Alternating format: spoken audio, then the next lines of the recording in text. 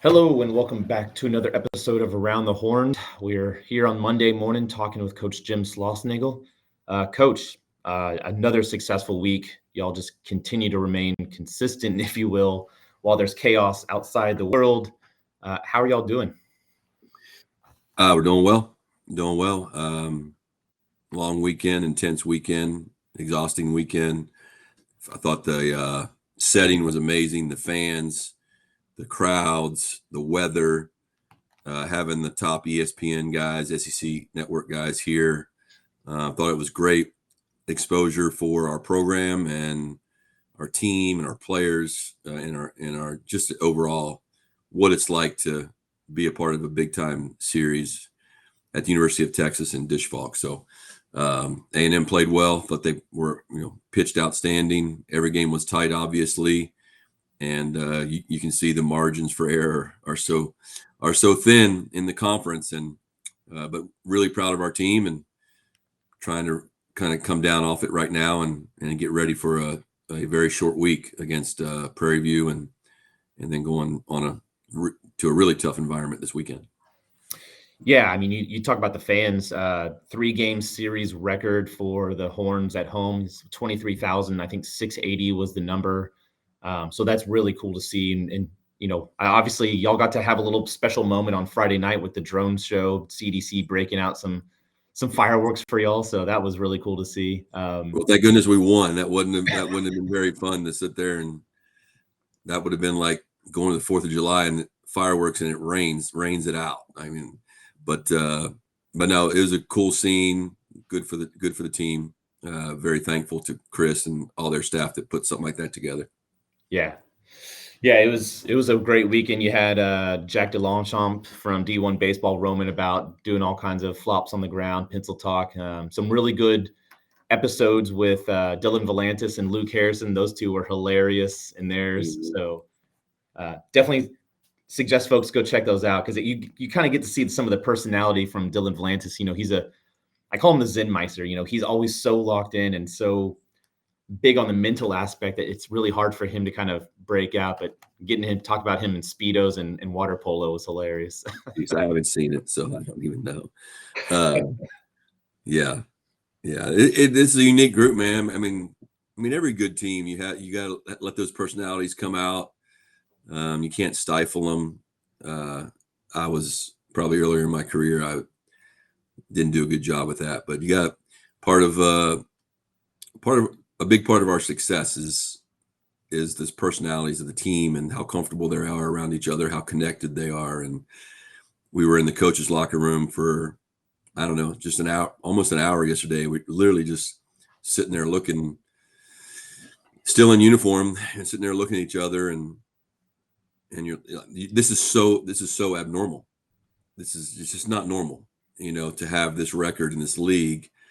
And I'm not going to apologize for it, because even Nolan Kane, who's been in the league the longest, it's like, hey man, there's most years you're like, if you're 12-9, 21 games through, you're like, sweet, awesome, like this is good. Yeah. So just and Max made a comment about this is truly a team. Like, if you're ever going to go define team, however you want to define it, this is what it looks like. And that doesn't mean we're going to go to Omaha. It doesn't mean we're going to even win any games this week. But when you're around them every day and you've seen it up close and personal, it's a unique group of guys, and that's a credit to everybody in the building. Yeah, absolutely. Yeah, you mentioned the record. So the Horns 19-2 in conference through 21 games. We look back at the records. So this is only the third time that a team has accomplished that record since 1996, when the conference went to 30 games. So back in 2022, that Tennessee team, which was just an absolute loaded bear. And then 2013, Corbin had Vanderbilt run that gauntlet. But yeah, I mean, it's been a pretty special season, but you can just tell, the kids are having fun. Like, they're not, a lot of times you get to this point in the season, it's been a grind, right? Y'all are 40 something games in, and everyone's a little tired, a little banged up, but these kids are just I mean, on cloud nine with smiles. They're joking. They're having fun. You see a guy like a freshman, Jonah Williams, didn't get to play this weekend, but he's on the top step, kind of pushing Tulu out of the way in some cases, getting the crowd into it on Sunday and Saturday. And, then you have Rylan Galvan, who's the veteran behind the plate, and he's right there next to him. And it's like, okay, yeah, there's a special bond between this group for sure. There is, one of our core values is being selfless, and you really got to give something up, man. There are guys on the team, like it'd be real easy for a guy like Easton Winfield to pout and be a problem on the bench, or Oliver Service, or Cole Chamberlain's a good player, but there's no avenue to, barring injury, God forbid, knock on wood. There's just no avenue sometimes to get him at bats. If we had Max back and we had fully healthy, A-Rod's looking great, but fully healthy Mendoza, to where maybe we were scoring more runs and we could create some separation in some games where you can get some guys some at bats. We could do that, but that's not our identity right now. And so it's hard. It's not easy to sit over there and not play, and I always tell guys, like, I don't expect you to be happy about not playing. What I do expect you to do is handle it the right way. And if you're upset about something and you want to talk, come talk. You can vent. You can come in here and talk about anything you want to talk about. Just be prepared for the truth. I'm going to give you the reasons and how you can get on the field. And so that's incredible that they act that way on the bench, and it's not fake. Like they are believing in each other and supporting each other, and the game tends to pay you back when you act the right way. Yeah, absolutely. And you mentioned pitching with Coach Max. You look at the historical ERA, and then there's been some legendary pitchers that have come through the SEC, but you look at the typical ERA, and it's like north of 5 or 6 on a given year, and y'all are down there hovering around, well, I think just now sub of 3. How special has this group been, and to what they've been able to do, even given missing guys at times and everything else? They've been great. They continue to. I think Max is kind of a what would you call it? He does such a good job developing our pitching staff, but it's like a microcosm of the rest of the team. Like we truly have an opening day mentality, to the point where, how can we keep getting better? We coach our team. Somebody, Tom Hart, interviewed me and asked me about, some SEC coach said something about, well, Texas has the blueprint. Well, there's no blueprint. There's no blueprint. The blueprint is having good players, creating systems and processes for guys to continually get better. And I guess that could be the blueprint, but we just keep coaching them. So you look at a guy like Grayson Saunier, who is, he's dead in the water, not pitching, and can't. And then they go to work on a different arm slot and some different pitches, and all of a sudden he has a big outing for us at Kentucky, and then was outstanding yesterday against a tough lineup with the wind blowing out. And he's got Jace Lavalette up with the runners on first and third, and he gets him out. That's just incredible. So I think that speaks, if you're a recruit, if you don't look at our team and look at this program and say, that is a place I want to play. Yeah. We had some, I can't mention their names because they're not old enough yet, but we had some massive recruits in this past weekend, and I looked at 2 of them and said, how can you, there's no amount of money that would make me miss this experience. And the goal is to be a major league player. And I think what people discount in development is competition, and this isn't a slam to minor league baseball. Sometimes, I think people think, well, I'm going to play 140 games in the minor leagues and I'm going to have more repetition, which is true, 100% true. I'm going to get more repetition in the minor leagues, and blah, blah, blah, whatever those other reasons are on that side of the equation. But to me, you look at the guys like Langford and the kid from Florida State who's in the big leagues now, and why is that happening? Why is 8 guys from the draft before last, or 8 or 10 now, in the big league so fast. Well, it's because of weekends like this past weekend. You don't think Jace Lavalette is prepared to go out and play minor league baseball, and step into the big leagues? And yeah, there's more people than in an SEC game, but it feels pretty close, And so, anyway, I'm kind of rambling, but I think the player development piece is just so important, and that's a continual, never-ending process for us. Yeah, I actually got to run into a couple of the kids you're talking about after the game on Saturday, just purely happenstance. I had talked to a couple of them before the series.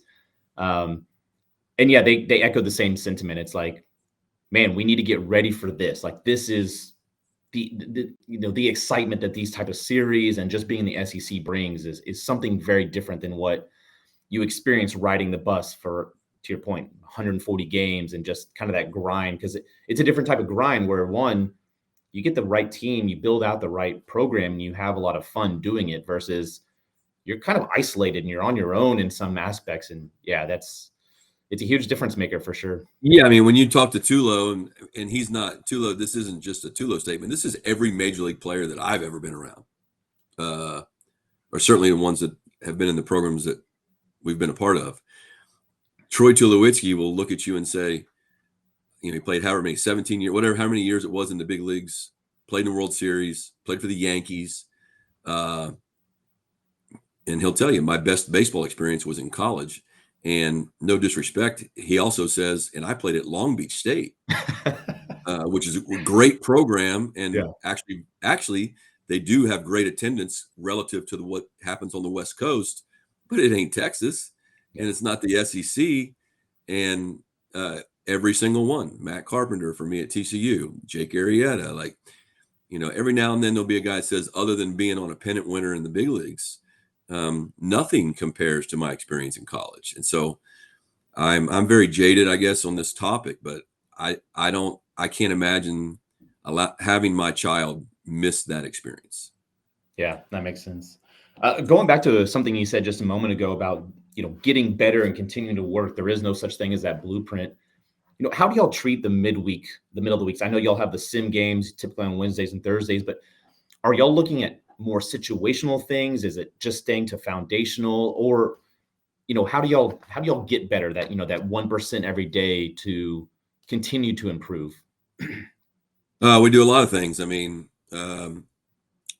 we'll have a short team defensive period super early in the day on a game day, just so that pop-up communication, a quick bunt defense, outfielders, we'll get the infielders some ground balls before Tuesday and Friday games, but we don't take infield outfield. That's not a thing really anymore. But but earlier in the day on Tuesdays and Fridays, the outfielders do throw the bases. We do cuts and relays twice a week, right? So those team skills that are super important. I'm a believer in practicing the things that happen the most in a game. We don't have many gadget plays. I don't, on the pie chart of things that happen in a game, whatever happens the most is the stuff we want to practice the most and be really good at it. Like Kimball Schuster coming and getting that bunt yesterday. They bunted the ball to the wrong side of the field, but Kimball still has to be there, field the ball, and play good catch. Well, we do that almost every day, and so we should be good at it. And then on our, and then you also have an individual player plan. So we're constantly coaching Matt Scott, because we're constantly coaching Cole Chamberlain, trying to help those guys continue to improve their skills and get better so that when their time comes, they're ready to go. How much has that, benefit the team overall? Obviously, as you started off the year, maybe not completely all there defensively, but then during SEC play, especially, y'all's defensive stats have been, one of the best in the league, just in terms of every single weekend. It's, maybe one error, maybe two errors, and those errors are on really tough plays. It's not like y'all are messing with, just bobbling stuff around. Yeah. That pop up the other night. I mean, that was a freaking moonshot that got above the lights with wind, and we were in a shift to where Kimball lost it, which is I lost it in the dugout. I knew about where it was, but I knew I didn't see the ball once it got above the lights, and then it was on its way down, and he was by himself to try and catch it for the most part. But what was your question? Oh, playing defense. Yeah. Yeah, I mean, it starts with Galvan. That's where the defense starts between the pitcher and the catcher. But everybody else, even Rodriguez playing multiple positions. Casey has settled in better at third base, gotten more comfortable. One thing, knock on wood, that has really been, this is one of the better fielding pitching staffs that I've had. Yeah. And Max, if you were out here on a Wednesday, he has the pitchers out there. They have their shirts off.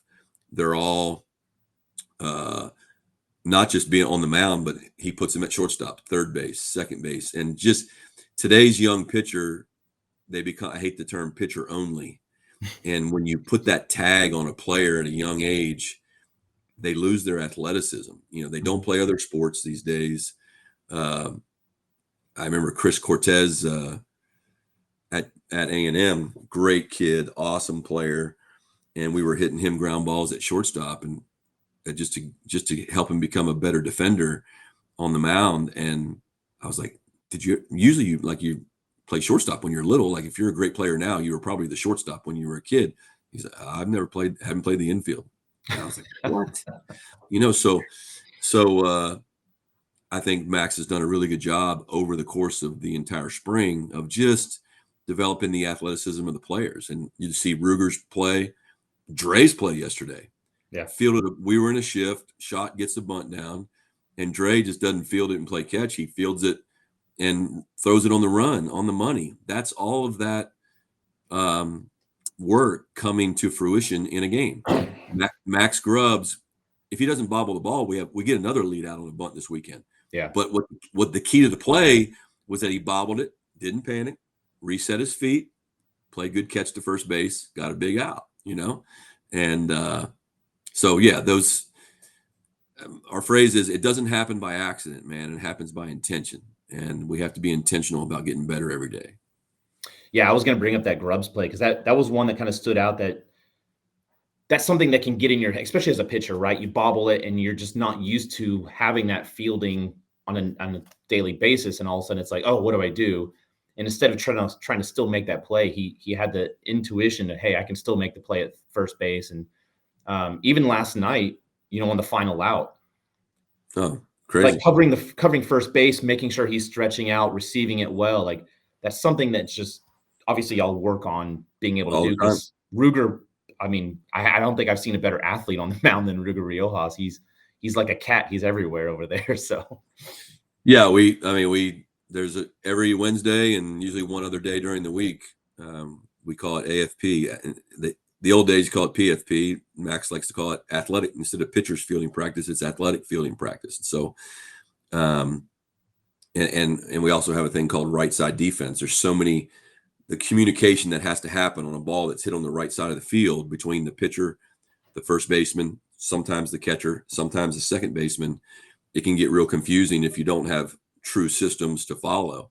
You saw that yesterday when A&M was in a shift against they weren't really in a shift. They just had the second baseman holding the runner at second base, and Gumbo bunted the ball to the right side of the field because that's what he was supposed to do, is try to get that runner to third base and put down a good bunt, but the second baseman wasn't in position. And those are things that that could happen. Hopefully it never happens to us, but anyway, those are the things we emphasize. So I hold our guys to a really high standard on the things that we spend the most time on. If I was to pull out a squeeze play tomorrow and we don't execute it, it'd be really hard for me to get mad at the team if that's not something that we spend a lot of time on. So the things that mean a lot to us, base running at second base. Yesterday, we have a thing called a hang play. So when there's a runner at second base and a ball to the outfield, as soon as the ball goes in the air, what has every little kid been told to do his whole life? Go back to the base. Yeah. That's actually the worst thing to do. And so when that ball got hit to center, deep left center, that Jace Lavalette made the great catch on, you could have a situation where the guy's too far off the base and he doesn't get back the tag.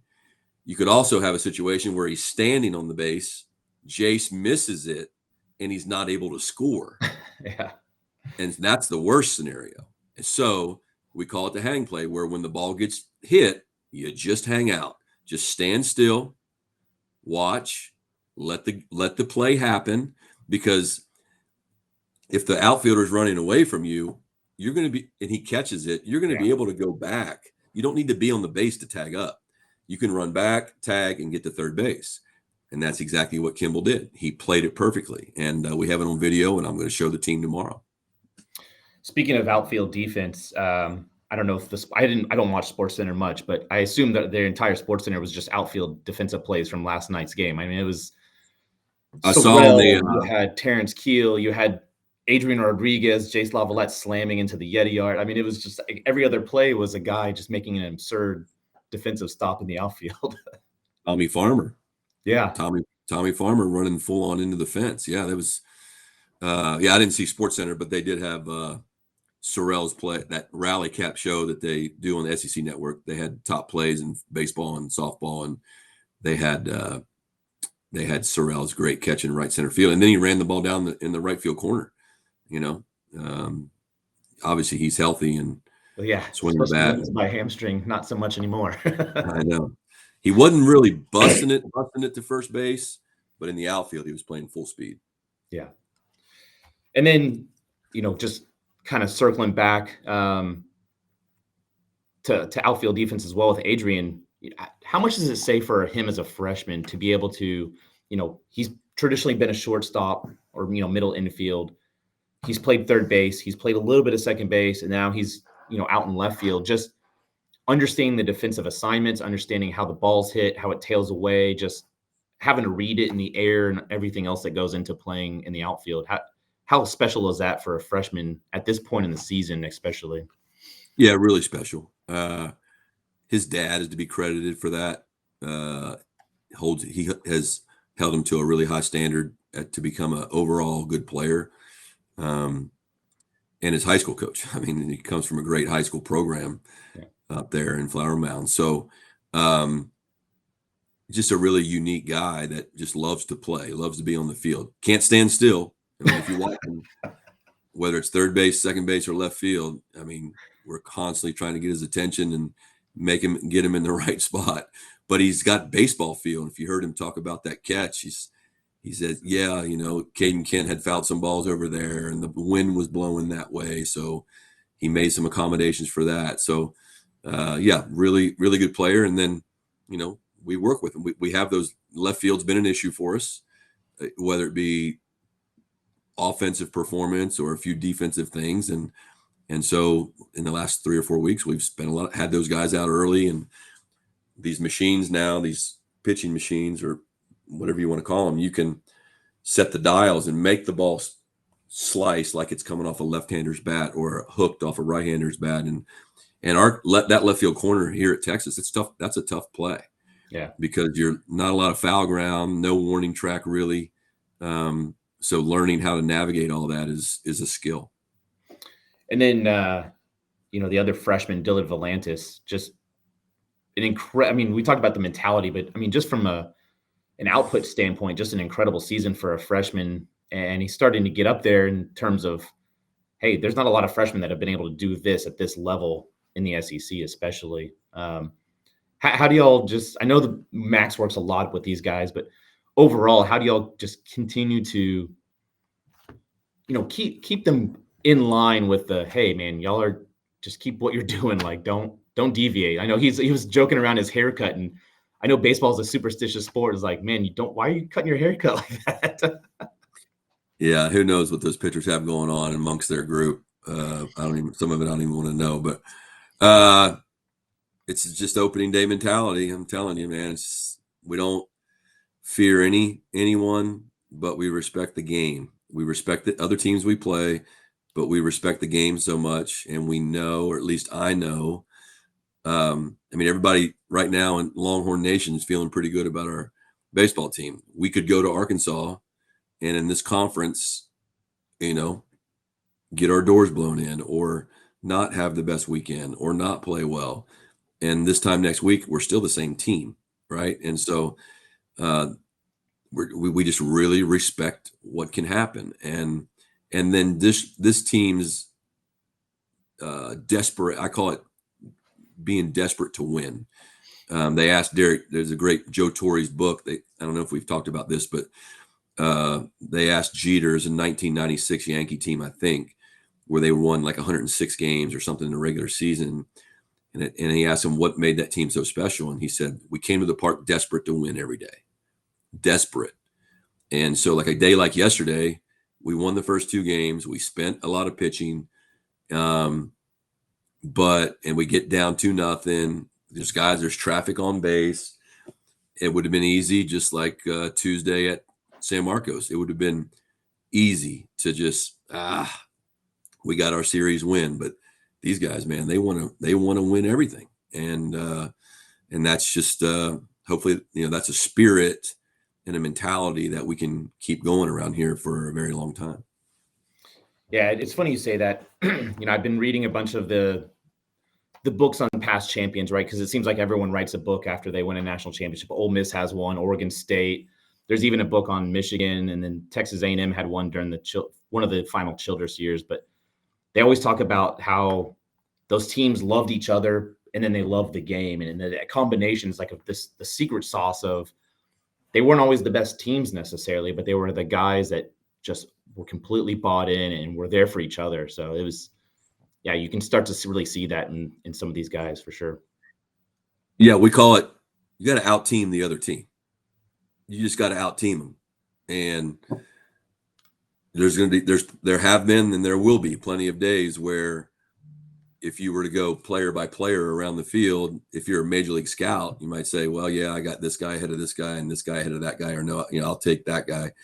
And your team may be outnumbered on that list, but you still have an opportunity because of the game of the baseball, how it's played. If you can play it well, if you can dominate the strike zone, if you can make the routine plays and handle the baseball, if you can win pitches and have good awareness to win situational baseball, you can give yourself a chance against these great teams. And that's what this team is. It's simply we have played sound baseball. Doesn't mean we're going to do it the rest of the year, and it could all come to a crashing halt at some point. But it's a special group of guys, and believe me, it doesn't go unnoticed by our staff. Like I've said before, we may have better players down the road, but you're never going to have. I hope we can have as good a people.